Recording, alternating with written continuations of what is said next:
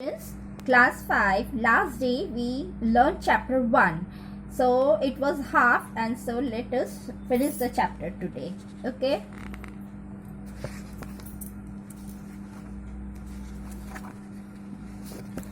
We learned chapter 1, the happy school.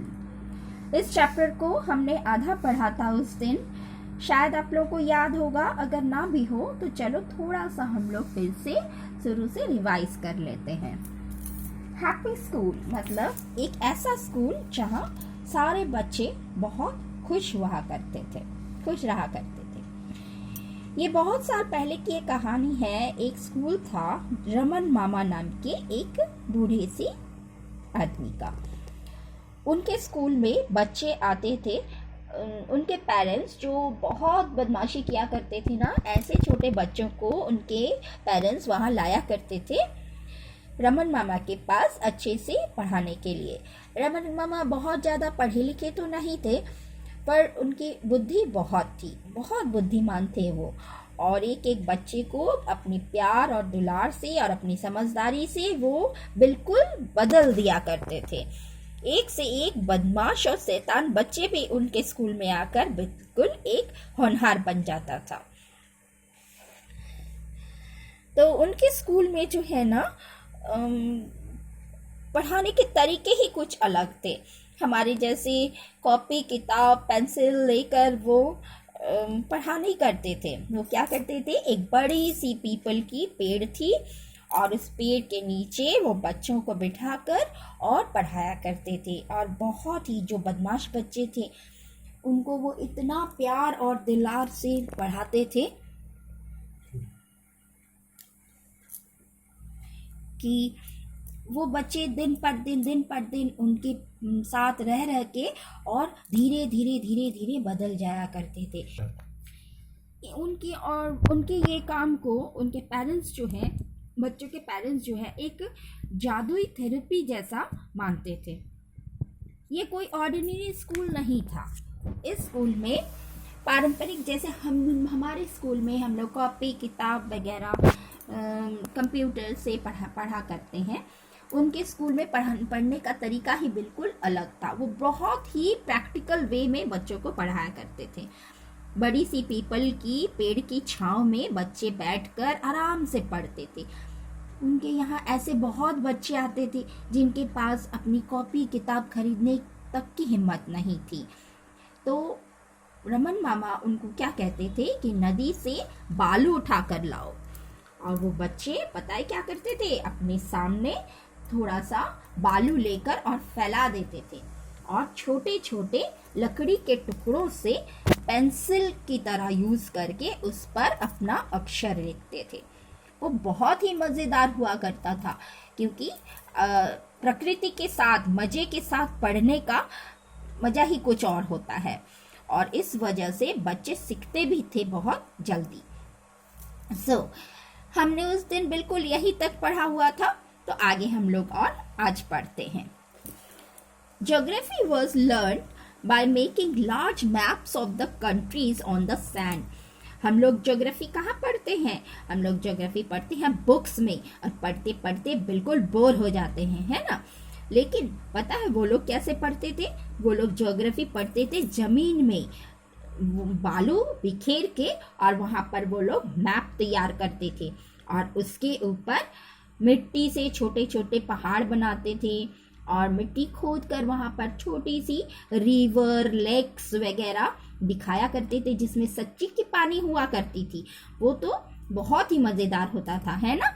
और छोटे छोटे मिट्टी के जानवर चिड़िया वगैरह सारे बनते थे. और फॉरेस्ट यानी जंगल बनाते थे घास फूस से. कितना मज़ेदार लगता होगा, है ना. बच्चे पढ़ते भी होंगे कितने मज़े से. History was the best subject of all. वहाँ पर हिस्ट्री इतिहास जो है सबसे अच्छा सब्जेक्ट था. For here the children took part as in a drama and waged wars, conquered territories, hatched plots, and signed treaties which they never forget. There was much excitement and discussion about the roles to be played, the script to be written, the dialogues to be spoken, and the costumes to be worn. What better way to understand the past than the recreating the moment. इतिहास पढ़ना तो जैसे बहुत ही मजेदार हुआ करता था, क्योंकि इतिहास के जो पात्र थे उनको वो लोग बिल्कुल जीता जागता बना देते थे, ड्रामा के थ्रू, प्ले के थ्रू। समझे? वो क्या करते थे, बिल्कुल राजा रानियों जैसा अपना ड्रेस पहनते थे, उसी तरह उनके समय के अनुसार वो उस ड्रामा को प्ले करते थे, डायलॉग्स लिखते थे अपनी अपनी, उसी तरह से एक ड्रामा प्ले करके वो सारा इतिहास के सारे पात्रों को जीवंत करके एकदम जैसे जीता जागता स्वरूप मानकर वो उसको प्ले करते थे, जिस वजह से वो पात्र जो है, इतिहास के जो वो कैरेक्टर है, वो बिल्कुल उनके दिमाग में बस जाता था। Shopping was fun with Raman Mama, as the shopkeeper, who besides the usual things also kept all the nice things that children like to buy. Raman मामा एक शॉपकीपर भी थे, एक दुकानदार भी थे, जिनके पास जरूरी सामान के अलावा बच्चों की पसंद की सारी चीजें भी रहा करती थी। Rice and pulses, vegetables and fruits were bought after paying the correct amount in shells and payables. Each shell or payable having its own value, of course. जैसे हम लोग दुकान में जाते हैं, सामान खरीदते हैं, तो हम कैसे खरीदते हैं? पैसे से। हमें पैसे का मोल मालूम पड़ता है, किस चीज का क्या भाव है, क्या मोल है, उस हिसाब से हम लोग सामान खरीदते थे। लेकिन रमन मामा के पास दुकान में ऐसी बहुत सी जरूरी चीजें के अलावा बच्चों की जरूरत की चीजें भी रहा करती थी। वो लोग चावल, दाल, साग सब्जी, फल कैसे खरीदते थे? पैसे के थ्रू नहीं, पैसे के बदले नहीं, छोटे छोटे कंकरों के बदले में। और एक एक कंकर का अलग अलग भाव हुआ करता था, जो सही मात्रा में देकर और उनसे वो सामान खरीद सकते थे। कितने मजेदार होता होगा ना?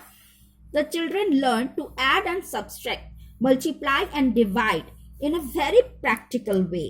Each day of the weeks were divided into 2 periods and not more. बच्चे जोड़, घटाव, मल्टीप्लाई, डिवीजन जो भी है वो बिल्कुल प्रैक्टिकल वे में सीखा करते थे। और हफ्ते के हर दिन सिर्फ 2 पीरियड में बांटा जाता था, उससे ज्यादा नहीं, क्योंकि वो लोग ज्यादा पढ़ते नहीं थे। Sunday was the story day. Raman Mama was a great storyteller, and scenes from the Ramayana and Mahabharata stories about Tenali Raman on the Panchatantra came vividly alive for the children. Each child had the chance to weave a story of his liking. Sunday जो था, रविवार का दिन, वो कहानी सुनाने का दिन था। रमन मामा रामायण, महाभारत, तेनाली रामन, पंचतंत्र की हर एक कहानी बच्चों को सुनाया करते थे, और हर एक बच्चों को भी मौका मिलता था वो अपनी पसंद की कहानी सुनाने का।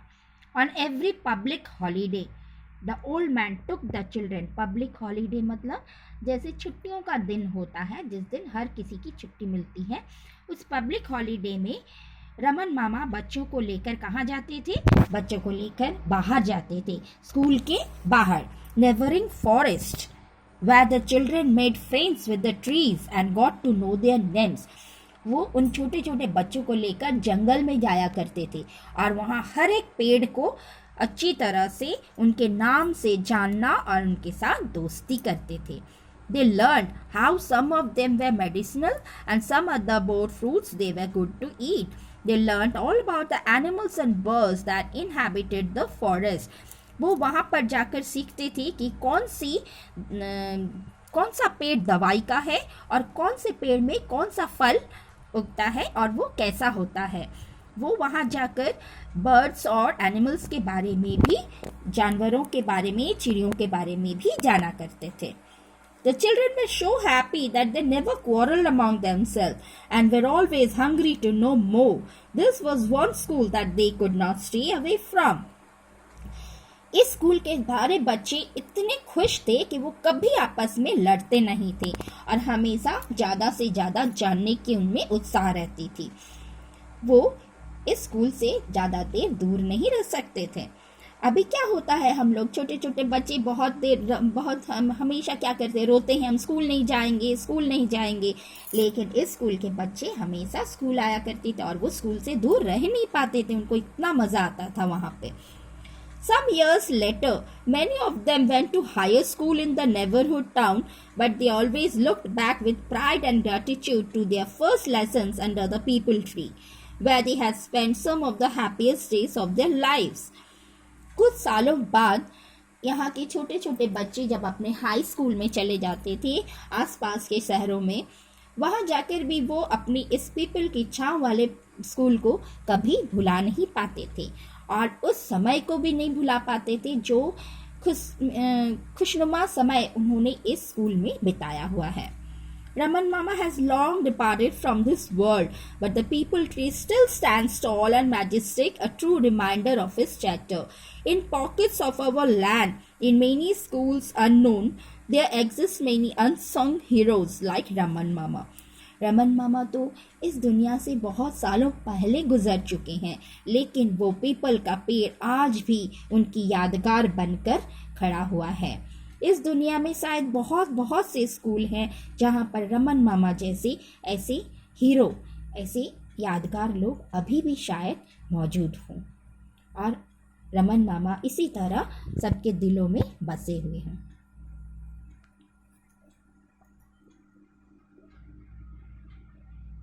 ओके नाउ क्लास 5 हमने ये सारा चैप्टर पढ़ लिया है। अभी आप लोग अपनी कॉपी में वहाँ पर ऊपर में डेट लिखोगे, चैप्टर नंबर 1 लिखोगे और ये वर्ड मीनिंग अच्छी तरह देखो, इसको कॉपी में लिखना है आपको। इसके साथ साथ वर्ड मीनिंग को अच्छी तरह से देख लो, इसे अपनी कॉपी में लिखना है और इसके साथ साथ हम आपको कुछ एक्सरसाइजेस भी दे रहे हैं, क्वेश्चन आंसर भी दिखा रहे हैं लिखकर, जो आप लोग अभी इस वर्ड मीनिंग को लिखो और नेक्स्ट पार्ट में हम आप लोगों को इस चैप्टर का एक्सरसाइज और क्वेश्चन आंसर लिख के दे रहे हैं। नेक्स्ट पार्ट में अभी दे रहे हैं जो आप लोग अपनी कॉपी में लिख लोगे। ओके।